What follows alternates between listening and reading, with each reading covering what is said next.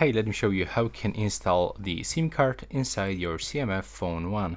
So first of all, you will have to prepare your SIM slot and SIM tool, and the SIM slot is located right here at the bottom. So you will have to input it right here, then press on it, remove your SIM tool, grab the SIM slot with your 2 fingers.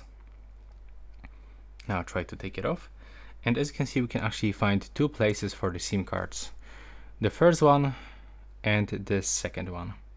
In my case, I'm gonna put it just right here, and we have to input it in this position.